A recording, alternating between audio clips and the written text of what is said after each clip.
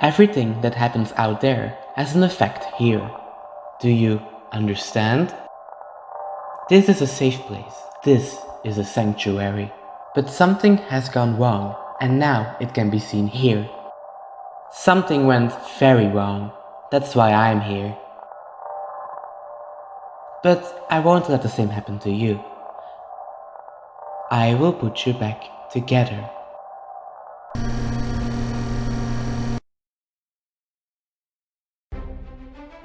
Theories, theories, theories. You either hate them or you love them. And if you're a part of the FNAF community, you simply can't avoid them. Everyone has the theories they personally believe, and the theories they simply don't believe. It's no wonder those FNAF theory tier lists have become so popular lately. But all of us fans also have that, well, that's one theory. That one theory so many people in the fandom seem to treat as fact, but somehow you simply can't agree with it. No matter how much you try to understand it. It's like you're the only person in a room full of people screaming to everyone else that they're simply wrong. And even though I basically have a list of popular fandom theories I don't agree with, the one that annoys me the most is the topic of today's video. But before I start complaining, I'll provide a little content warning. This video is completely just my opinion on the matter. I'm not trying to attack or call out anyone with this video. My opinion is not superior to the opinion of any other theorists in the fandom. Anyways. Over multiple years, this franchise has built itself a reputation of being unsolvable and mysterious. And I mean, can you really blame people for claiming this? Some fans have devoted multiple years to trying to understand the storyline of the games. Yes, FNAF is a difficult story to piece together, there's no denying that. But that also doesn't mean there isn't a story at all. FNAF has come to a point where fans even question the simplest of storylines. This franchise is rarely straightforward, but whenever it chooses to be straightforward, people seem to even understand it less somehow. It's like some people can't accept the idea of FNAF being straightforward for once. Like the answer given to us is somehow too clean and too simple to be correct. It's like the reputation of being an unsolvable story has made people unable to grasp a storyline whenever it chooses to be straightforward. I think one of those examples is FNAF World. The game has so much dialogue telling a story that is confusing, but still pretty straightforward. And the best example of this is the character of this guy. For ages people have been claiming this guy is Henry Emily himself.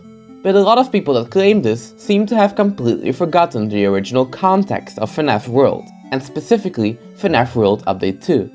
People trying to connect both characters to claim they're the same has always bothered me, because most of the connections that tie the two together aren't even that good. But after years of assuming they're the same guy, people just kinda rolled with it. And since people are probably not looking at FNAF World anymore for lore evidence, I took it upon myself to replay all of FNAF World, to rediscover the storyline myself and see if my old interpretations are still correct, or if the rest of the fandom was right all along. Let's find out.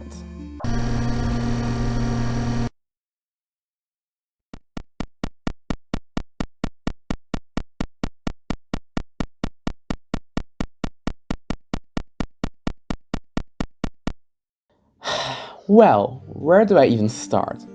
FNAF World is truly a tough case to crack when it comes to its canonicity and story relevance. The game definitely has canon elements to it, like the clock ending, but there's also just so much meta stuff ingrained into the game's core, causing most of the game's storyline to also be meta in a way. But let's start at the beginning. A lot of FNAF theorists have recently pointed out that the context of when a game is released is important to the context of the story it tells. And this is certainly the case when it comes to FNAF World. Everything that happened before the game's release, during the game's release, and even what happened afterwards, shaped the game into being the story it is today. FNAF World released on the 21st of January 2016. It was the first FNAF spin-off game to release after the franchise's main storyline, presumably, ended at FNAF 4, the final chapter. In the game, we played as Adventure Freddy, living in a place called the Fazbear Hills. We are introduced to this new strange world through our guide Adventure Fredbear. He's the one who informs us that something weird is going on in their once peaceful safe haven. Recently, new creations have been popping up, attacking the residents of Fazbear Hills. Even their own wood chipper has gone rogue because of it. Fredbear assumes that these creatures are the consequence of something going wrong on the flip side. Whatever happened on the flip side caused their own world to fracture. So he sends Freddy on a mission to fix whatever is going on. Freddy has to travel through multiple of these fractures, in the form of glitched items, to unlock new areas. These glitched objects let him travel through multiple layers of the game's code. During Freddy's adventure, he fights multiple bosses, he finds party members, and he collects so many sweet fast tokens to purchase new upgrades. His final task is to defeat the giant security owl that guards the tent that contains the game's security system. Fredbear says that whatever is causing the problems with the game is hidden behind the tent. After hours of grinding and finally defeating the owl, you'll be able to enter the tent and finally fix everything that has been going wrong. But instead of fixing anything, you're met with a black box of text. A mocking voice congratulates you on completing the game. On the easiest possible difficulty, that is. They say that because of your lackluster performance, they are still left in control. You weren't able to fix what was wrong. Apparently, someone was just intentionally wasting our time, just sending us on a useless adventure to complete nothing. Fredbear himself knows as much. If you wait long enough, during a dialogue cutscene, Fredbear will start glitching out and start giving us new dialogue. Fredbear tells us that someone called the Puppet Master is trying to distract us. This Puppet Master seems to be the guy that was talking to us in the ending, mocking us for playing his game on easy mode. We're intentionally being led through hoops by him. This also implies that the Puppet Master himself is the one behind all the enemies and glitches in the first place. Fredbear urges us to not go along with the Puppet Master's game, and instead to look for a series of clocks. Every time we find a clock, it makes us do a little minigame. Most of the time, we don't have to do anything more than just shove a sprite in a box, or standing on the right code combination. But what's interesting is that every minigame correlates to a step you have to take to unlock the happiest day in FNAF 3. Once we find all of these clocks and defeat Porkpatch, we are able to unlock a gate that leads to a portal. Once we go through the portal, we're met with the eyes we saw at the start of the game. A voice tells us the pieces are in place for us, and that it's time to rest. What exactly the meaning is of this clock ending is something we'll discuss later in the video, so keep it in the back of your mind for now. But if you're somehow not satisfied enough by the clock ending, you're able to face the Puppet Master himself. All you have to do is replay the full game on hard mode. And this time, when you defeat the security owl, you aren't met with a black screen, but instead with the man himself. Wait, Scott Cotton? Yep, that's just straight up him. Scott congratulates us for beating his game on hard mode, complimenting us for not being like the other players and actually playing his game on hard mode. But after complimenting us, he resorts to blaming us. Scott tells us we are the source of all his misery. We're the kind of fan that constantly keeps finding everything his game has to offer, until there's nothing left to find, constantly demanding him for more content. So what is the reward we get for beating the game? The storyteller himself putting us in our place. This cutscene unlocks the Anim Dude boss battle, where we're forced to fight against the 3D model of Scott's profile picture. If you're able to beat this boss fight, you will be met with one final cutscene. Scott gives us one final monologue before dying, asking us if we're happy about what we just did. Scott tells us he isn't the villain, he just did what was demanded of him. We demanded him to make more, so he delivered. He says there could have been a more satisfying ending, but instead we chose to end the story forcefully by killing the storyteller. These are the most important endings in the original release of FNAF World. There are a few more endings we can unlock, like us accidentally ending the universe by killing Fredbear, us glitching too far and getting stuck with Old Man Consequences, and an ending where we defeat Chipper, one of Scott's old characters. After the release of the game, responses were pretty mixed, mostly negative. The game seemed unfinished and broken to most people, being filled with tons of bugs, and the 8-bit overworld didn't live up to the 3D overworld Scott showed off in the trailer. So not long after, on the 25th of January 2016, Scott took the game down from Steam. A month later, on February 8, 2016, Scott re-released the game for free on GameJolt. The re-release was mostly the same game. Scott simply ironed out all the bugs and changed the 8-bit overworld with the one we see today. The only major change was a single Easter egg. People could unlock this Easter egg by walking into a specific building in the Fazbear Hills. Going inside makes you come face to face with a mysterious man sitting at a desk. Interacting with him will trigger this piece of dialogue.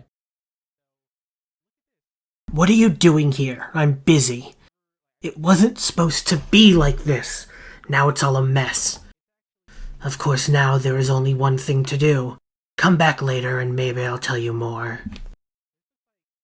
Who exactly this mysterious man is, we will elaborate on in the next chapter of this video. But all you need to know right now is that the man at the desk is clearly talking about the reception of FNAF World. He was only added after the bad reception that FNAF World received. So the mess he's talking about is most likely FNAF World itself. The guy is also straight up setting up Update 2, saying there's only one more thing for him to do, and that we should check on him later. Whatever he's planning is what will lead into the storyline of Update 2. So, what exactly does all of this mean? What is the storyline here?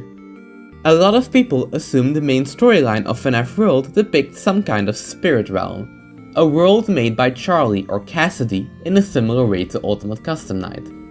People base this off the line the yellow eyes tell us at the start of the game, saying that whatever happens on the flip side has an effect on this world, implying the world of FNAF World is connected to another realm. Meanwhile, the clock ending ties back to both FNAF 3 and FNAF 4. The yellow eyes tie back to the Fredbear plushie from FNAF 4, and the clocks we are tasked to find connect back to the happiest day from FNAF 3, implying we're playing as someone trying to help out Bite Victim, or even Bite Victim himself. But there is one glaring issue with this theory. A lot of people that believe these theories ignore the glaring meta elements from FNAF World, like Scott Cawthon literally being the main antagonist of the game. People think we should ignore these meta elements and just treat them as Easter eggs and references. But this simply doesn't work if you take into consideration that the whole plot of this game relies on Scott Cawthon being the main antagonist. Some people may argue now that Scott himself actually isn't the puppet master Fredbear is talking about, and isn't the real antagonist of FNAF World. They'll say the clock ending and us defeating Scott are two different storylines that somehow aren't canon to one another. But that's simply not possible since both storylines are intertwined.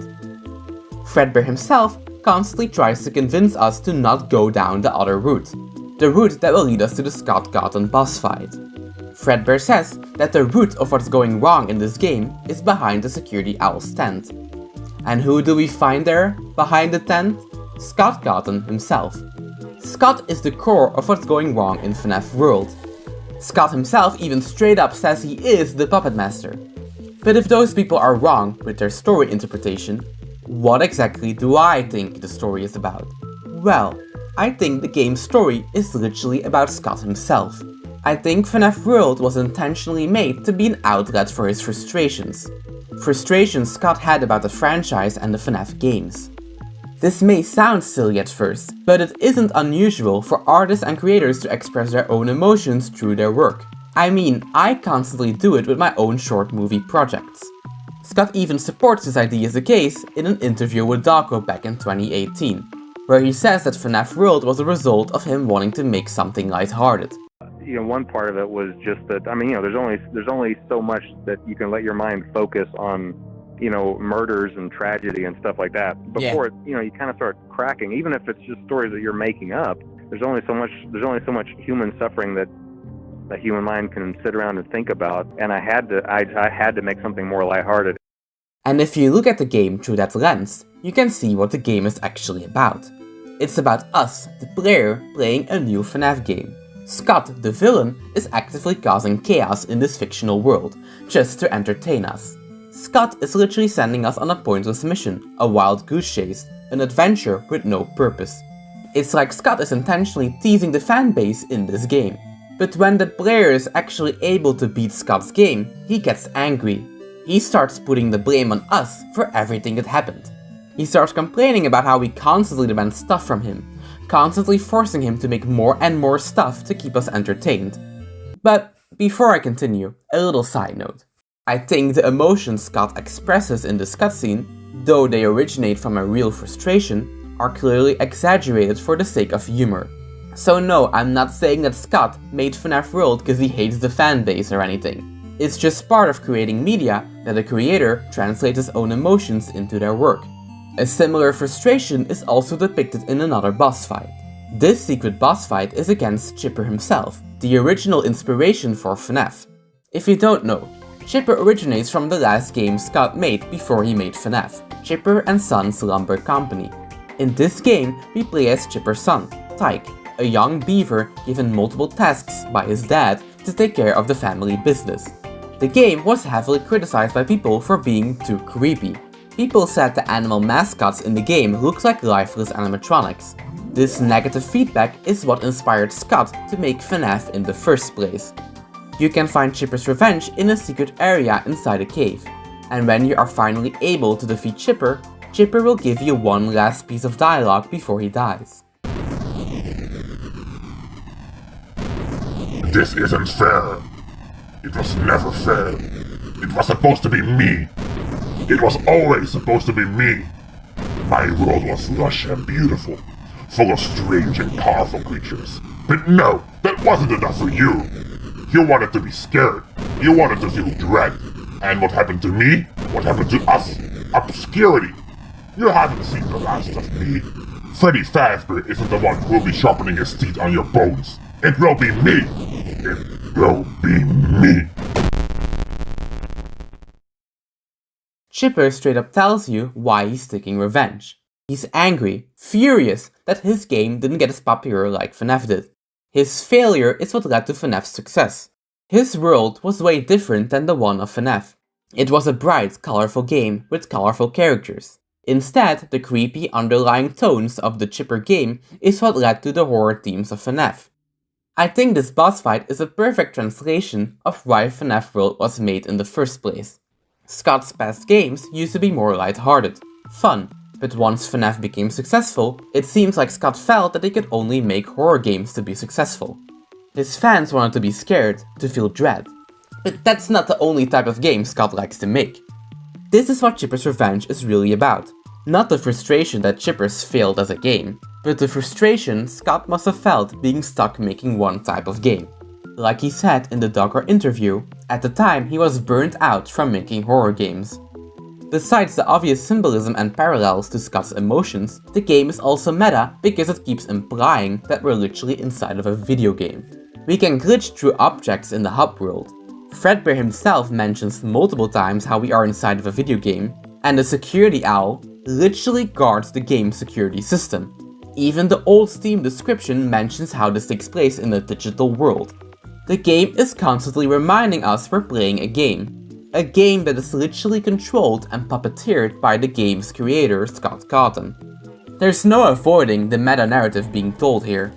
Realizing the game is literally supposed to be a game also explains what the flip side actually is.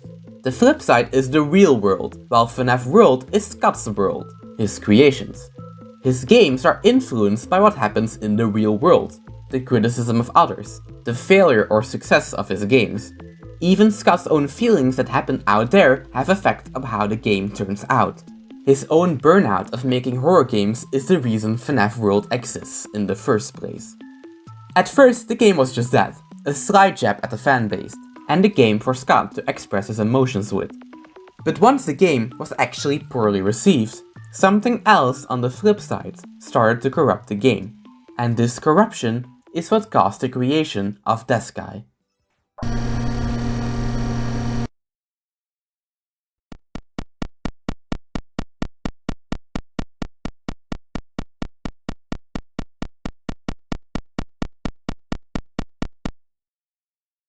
On February 18th, only 10 days after the release of the free version of FNAF World, Scott put up a teaser on FNAFworld.com for an upcoming update to the game. On the same day, ScottGames.com also released a new unknown teaser with lines, teasing a future unknown project. Over the upcoming months, both websites would keep updating. FNAFworld.com updated rarely, teasing new characters and minigames that would be in the upcoming update. Meanwhile, ScottGames.com kept updating with new letters, slowly teasing the title of the next project, until it was fully revealed to be named Sister Location on the 23rd of April 2016. A month later, on the 3rd of May, FNAFworld.com updated with the final release date of Update 2, that being May 13th, 2016. So 10 days later, FNAF World Update 2 finally dropped. The update could only be triggered by talking to Desk Guy after completing one of the game's endings. This time, he would speak to you with a new piece of dialogue. It's a vicious cycle, you know. But then most things in life are. The pendulum swings one way, then it swings the other. Now we return to darkness. Something terrible is coming. Come back later and maybe I'll tell you more. During this dialogue, the desk man isn't sitting still anymore. His arms are moving now, like he's building something. And if we look back at the flip side, the real world, we know what he's actually making. Desk Guy mentions how a pendulum swings back and forth, and now it has turned back to darkness. This directly mirrors what's going on between FNAFworld.com and ScottGames.com. After making 4 horror games, Scott chose to make a more lighthearted game, that being FNAF World. Now the pendulum is swinging back to the other side, with the creation of Sister Location. Something terrible is happening, because after this game, we are turning away from a lighthearted game back to a horror game. When we leave the house, we are greeted with Fredbear, and he immediately informs us about what's been going on after the release of FNAF World. Welcome back! I hope you're ready for even more adventure! Look, is it okay if we just cut the crap here? I mean, what are you even doing here? There's nothing new to see here. The game bombed, ended the story, already put my application to the fast burger down the street. The problem is that now, he has gone insane. We don't even know what he's making, and we can't reach the room where it's being kept. Whatever it has everyone around here on edge. You won't even be able to reach the room where it's being kept. Any party you have would get wiped out. The air is toxic, the Guardian is unbeatable, it's hopeless. I recommend you to exit the game and go find a nice indie horror game. Get some hot chocolate, I don't care. Go ahead. Get lost.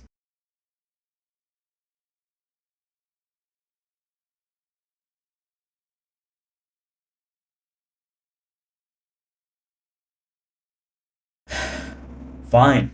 Well, look, if you insist on going further, then you'll need a team stronger than what you have now. You'll need characters that you weren't even intended to have.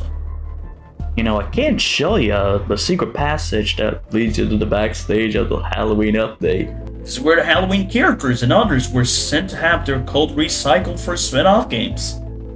But stop for those games and save those characters. Then you'll find the last area and uncover its dark secret.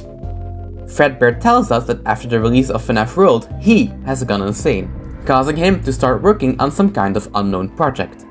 To find out what he has been making, we have to go to a new area that contains FNAF characters we were never intended to unlock for our party.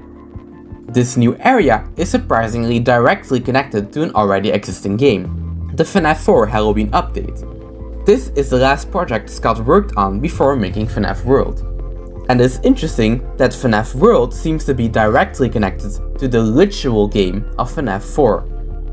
When we enter the Halloween area, we are met with multiple characters from Scott's previous games.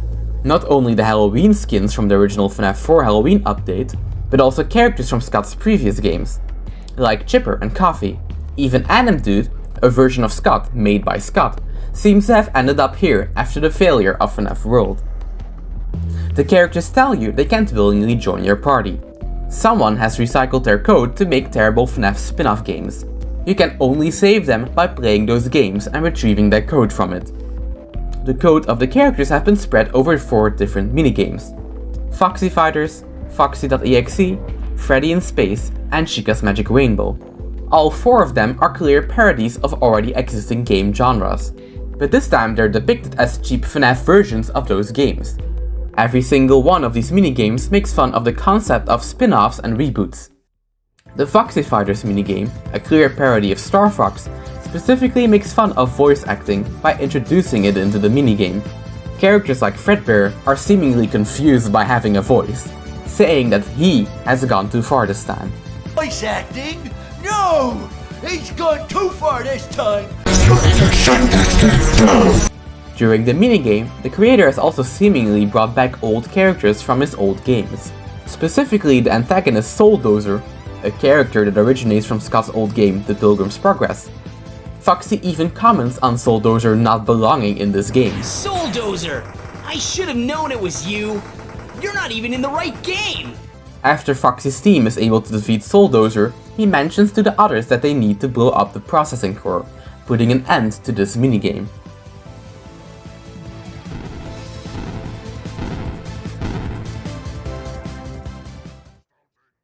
The most important minigame, and the minigame that reveals to us who the creator of these spin-offs is the minigame Freddy in Space. In this minigame, we play as Freddy, in space.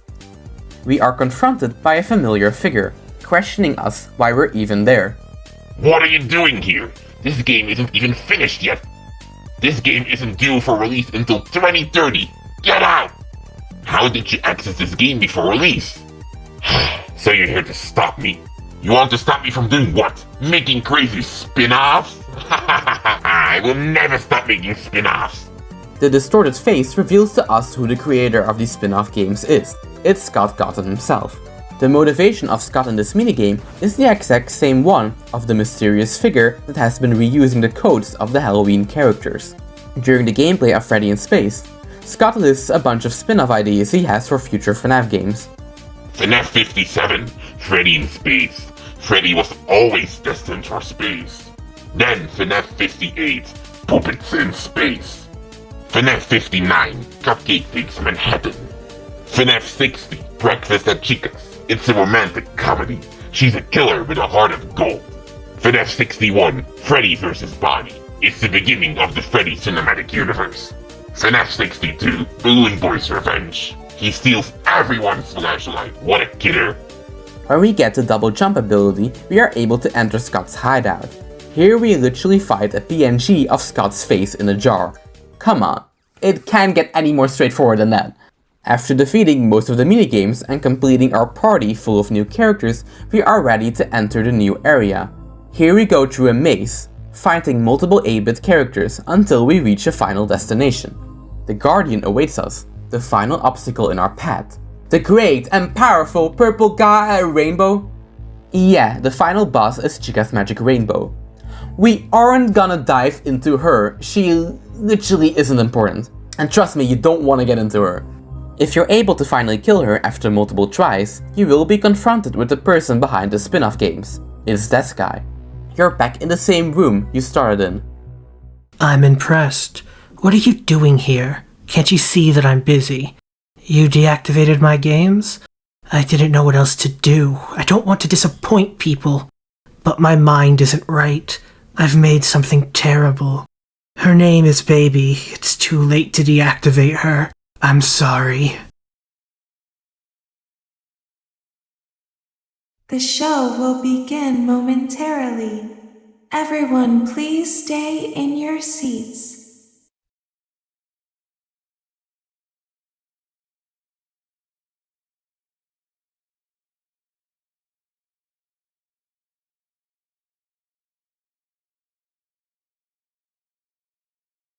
This guy tells us he's the one who created the games, and he tells us why he made them in the first place.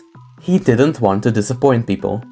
Connecting this piece of dialogue to the other dialogue in the same game tells you who this guy really is.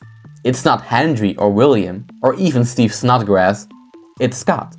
It's straight up Scott Cawthon himself. And it's not just Scott Cawthon, it's a version Scott made of himself to poke fun at what he did. In this update, Scott depicts himself as a lazy game developer who makes terrible FNAF spin-off games by reusing old code from already existing projects. This is also translated into the minigames itself.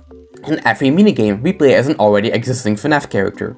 We play as Freddy in Freddy in Space, Bonnie in Foxy.exe, Chica in Chica's Magic Rainbow, and Foxy in Foxy Fighters. But the minigame also contains a bunch of other stuff from Scott's previous projects. Soul Dozer from The Pilgrim's Progress, Wounded Freddy and Wounded Foxy from FNAF 2. The cat PNG originates from one of Scott's old games, Kitty in the Crowd. Even the house Death Guy resides in is a model that originates from the Desolate Hope game. All these minigames are a direct parallel to what happened with FNAF World. Death Guy is the version of Scott that made FNAF World, a man that makes spin-off games by reusing already existing characters and models, turning the FNAF franchise into something it isn't.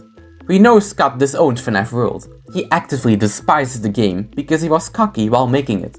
He thought that everything he made would be gold after the success of the first 4 FNAF games. And Death Guy is a way to make fun of himself. He chooses to depict himself as a game developer who makes terrible spin-off games. Games that are nothing more than Frankenstein creations based on his previous success. And that's also why Death Guy dies in the end by the hands of Baby. Just like I mentioned earlier, the pendulum is swinging back to darkness. Baby doesn't kill Scott himself, not literally. Baby kills the version of Scott that made these terrible spin-off games, because that era of Scott is over. The death of Death Guy is supposed to be symbolic. It shows that Scott learned his lesson. He isn't going to repeat the mistakes he made while making FNAF World. The creation of Sister Location ended that cycle. Now Scott chooses to go back to what he knows the FNAF fans will actually like. He's going back to darkness.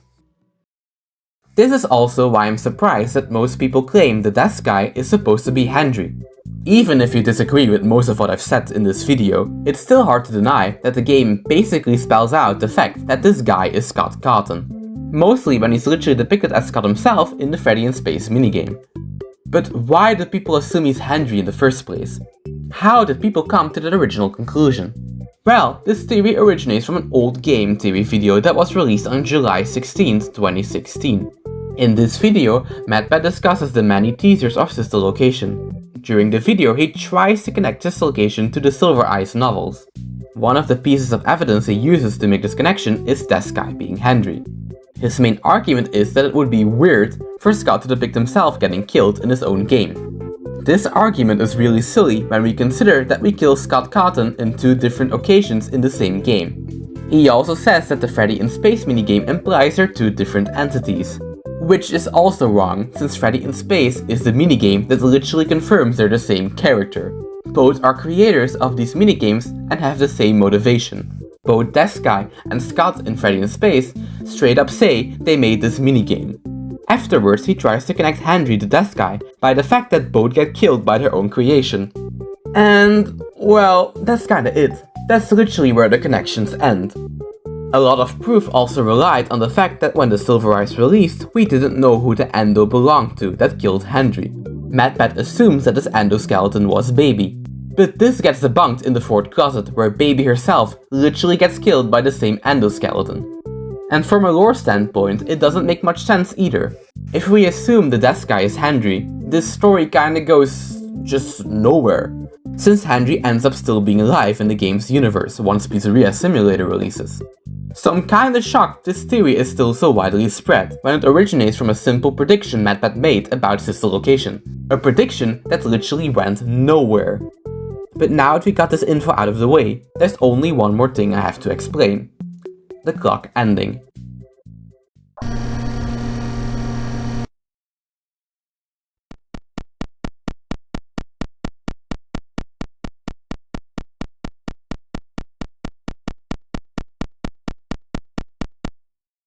So now you probably wonder how the clock ending even fits into the story I've been presenting to you. And well, it's a difficult one to figure out. Most theories about FNAF World purely focus on the clock ending, because that ending is the only thing that directly connects FNAF World to the other games. Not only does it connect back to the ending of FNAF 4, it also connects back to the Happiest Day minigames in FNAF 3. So how does this lore-heavy ending exactly fit into this meta storyline? Well, I think this ending is also way more meta than people first assumed. We know from Update 2 that the FNAF World game is directly connected to the FNAF 4 game in a literal way. The game of FNAF World is directly connected to the backstage of the Halloween update, the FNAF 4 DLC. So it's not just the story of FNAF World is connected to, but the literal FNAF 4 game. I think this also explains how this game is directly connected to the minigame of FNAF 3. Because we aren't a ghost in the spirit realm that's trying to put Bite Victim back together, but because we literally are the one who put those Easter eggs in the FNAF 3 game. Let me explain. FNAF World was the next project to release after FNAF 4. FNAF 4 was way more confusing to solve compared to the games that came before it. Scott himself even said that no one was able to solve it yet. So the final chapter of Scott's original vision of FNAF kept fans confused. The biggest issue was the character of Bite Victim himself, and how he was tied to the remainder of the story. Was he Golden Freddy? Was he the puppet? Or was the story of FNAF simply a figment of his own imagination? Even though the narrative tells us that someone wanted to put Bite Victim back together, the plot never explained what this meant or what happened to the Bite Victim himself afterwards. And I think with FNAF World, Scott tried to use the clock ending as a way to push people into the right direction. I think this also explains what the terrible thing that happened on the flip side really is. It's FNAF 4 itself. No one was able to solve FNAF 4 after it dropped. No one was able to open the box. Scott was so disappointed by it that he chose to keep the box locked. So instead of Scott forcing himself to make another horror game to explain FNAF 4, he chose to try and push people into the right direction through a more lighthearted game. We know from the FNAF World files that at one point he was planning to open the box again in this game, but he eventually chose not to do it. Probably because of the reception the game got. What's inside the box? It's the pieces put back together. The pieces of the story. That's what Fredbear is trying to make you do during the events of FNAF World. Scott depicted himself as an evil puppet master that is literally keeping the lore of FNAF World hidden from the fans. Meanwhile, Fredbear is trying to help the player to literally find those pieces that lead them to the clock ending. These pieces lead to setting up the happiest day, the real ending to the original story of Five Nights at Freddy's. Fredbear is directly trying to make you connect the story of FNAF 3 to the story of FNAF 4 through the happiest day, giving you the pieces to get the real ending to the original story, but also literally giving you the lore pieces to connect the Bite Victim himself to the ending of the happiest day. Connecting the confusing ending of FNAF 4 back to the satisfying ending of FNAF 3. That's why the collectibles are depicted as clocks. The satisfying ending you're looking for already happened in the past. Fredbear even calls the hints breadcrumbs. They're breadcrumbs for you to find the ending you're looking for, an ending that already exists in a different game. But if you somehow don't find the lore clues in FNAF World, you turn against the creator of the franchise himself, and forcefully end the story by ending the storyteller, leaving you with another unsatisfying ending to the franchise. Most people weren't satisfied with FNAF 4 because the fate of Bite Victim was left unknown. And like I said before, FNAF World tries to connect the fate of Bite Victim back to the happiest day, hinting that the happiest day minigame also ends his story arc, giving FNAF the satisfying ending people were looking for. If that means Bite Victim is the receiver himself, or if it implies Shadow Victim, is a debate for another video. What matters is that the game tried to tell us Bite Victim's story arc was connected with the happiest day, and ended alongside it. And if you're still not convinced that the clock ending is tied to the meta elements in the game, after Update 2, Fredbear's dialogue got updated. A single line got added to his last piece of dialogue. Something terrible is coming.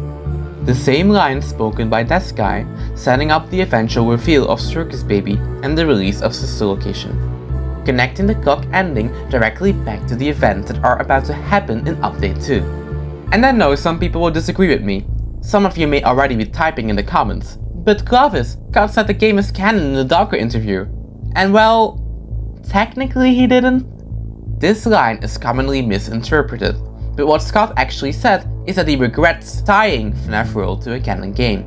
He never said he regrets making it canon. And in hindsight, what I should have done is, I should have used that for a troll game, or I should have, made something like, Foxy Fighters. I should have just done something that was obviously for fun and not tried to somehow tie it in to a canon game.